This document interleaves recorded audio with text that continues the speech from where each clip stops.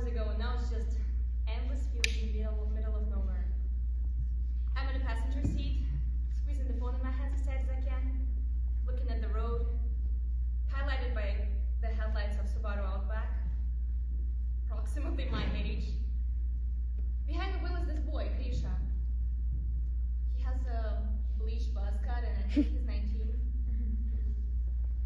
The war started 10 days ago, and by saying the war, I assume you'll know what I'm talking about. I work at the refugee center, and the entire day people were looking for somebody to pick up this lady from the border. She's old.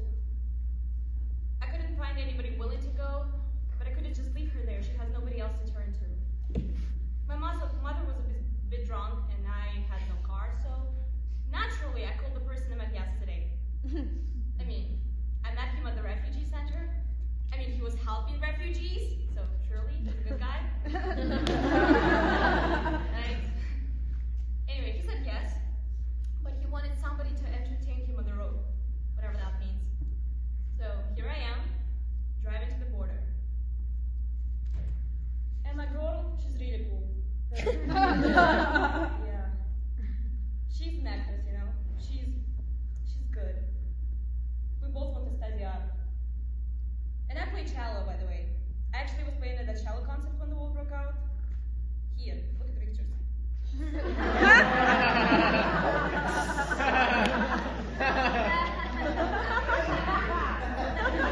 He looks at his phone way too long, and right when I think he's gonna crash this into a nearby tree, he throws the phone at me and says, "My mom has a video."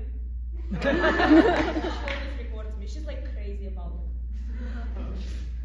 She actually also an actress. She used to work in the theater when we still lived in Moscow. It's 2 in the morning. I know this boy for a date. We've been riding 4 hours. He plays cello. And he's from Moscow.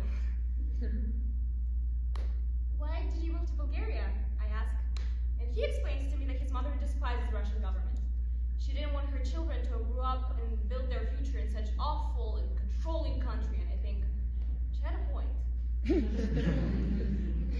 keep him entertained, as I was deliberately asked to do, I keep asking questions. For instance, and what does your girlfriend think about you traveling to the border with some random girl in the middle of the night? More strangers. And he says, "Oh, she's really cool." She doesn't care. She's like, and my parents don't really know what I am right now. I mean, we're doing this to help people, right? So she wouldn't mind, they wouldn't mind. And you? Your parents know where you are? Yeah. Everybody knows exactly where I am.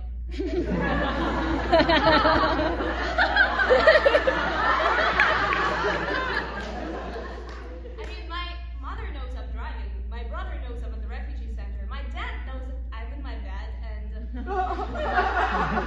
tracker in my phone knows I'm out of signal. So yes, everybody knows I'm exactly where I am. We drive, he tells me stories about his life in Varna, his adventurous time. I get a message from the lady we're picking up. She says her 89 years old grandmother is with her. I ask him, can you even imagine being that old? I mean, it's like ancient. I can't imagine making that trip in the middle of war. I mean, she literally survived World War II, and now this? I'll text her, we'll be there at 3:30 a.m. She replies there is a child and a woman in a car behind them, and they also need a ride. So 4 people instead of 2. And they need to go to Burgas, which is another 2 hours of driving, and then back to Varna, which is 4 hours of driving. We'll be driving all night. And the bags? I mean, they're fleeing the country. They have a lot of bags. Is it even possible? I ask him and myself. His only response is, can you grab me that energy drink on the back seat? I really could use some energy. I haven't slept in like 36 hours.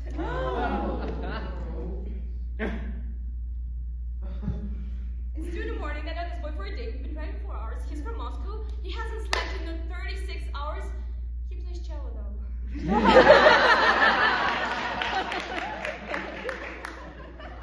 Right. Thanks.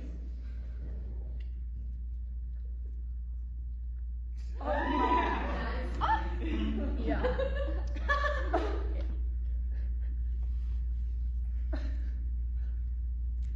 Time passes. Right when the GPS says we will arrive in exactly 1 hour and 3 minutes, he suddenly whispers, "See that? We've been driving for hours. There are no towns around us, no people, nothing. Yet, this car has been following us for like 30 minutes already. And they don't overtake us even though there are no cars.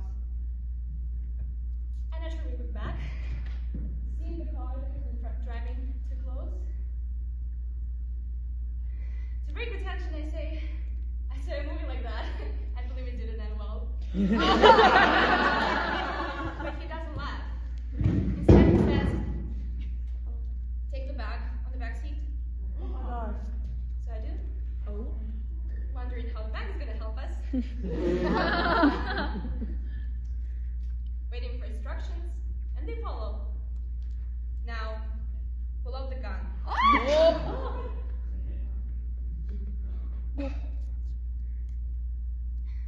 It's 2 in the morning. I know this boy for a day. We've been driving for hours. He hasn't slept in 36. He's from Moscow. He plays cello, and he has a gun. Why do you have a gun in your car? For self-defense, of course. What do you mean? Everybody has a gun. All my friends have one. And now with the war, I'm thinking of getting the second one. You never know when you have to defend yourself. Right? Indeed.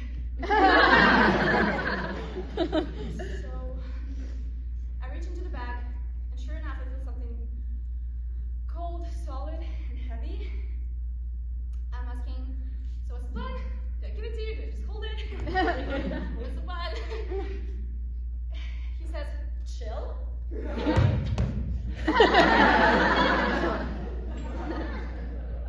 We'll just see what happens. He puts on his turn signal, pumps the brakes, commands, "Give me the gun." So I do.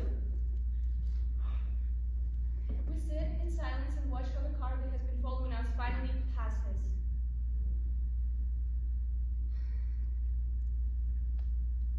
He turns to me, as if I was silly, smiles, and says, "See? Nothing to worry about." I guess he was just using our aerodynamics or something.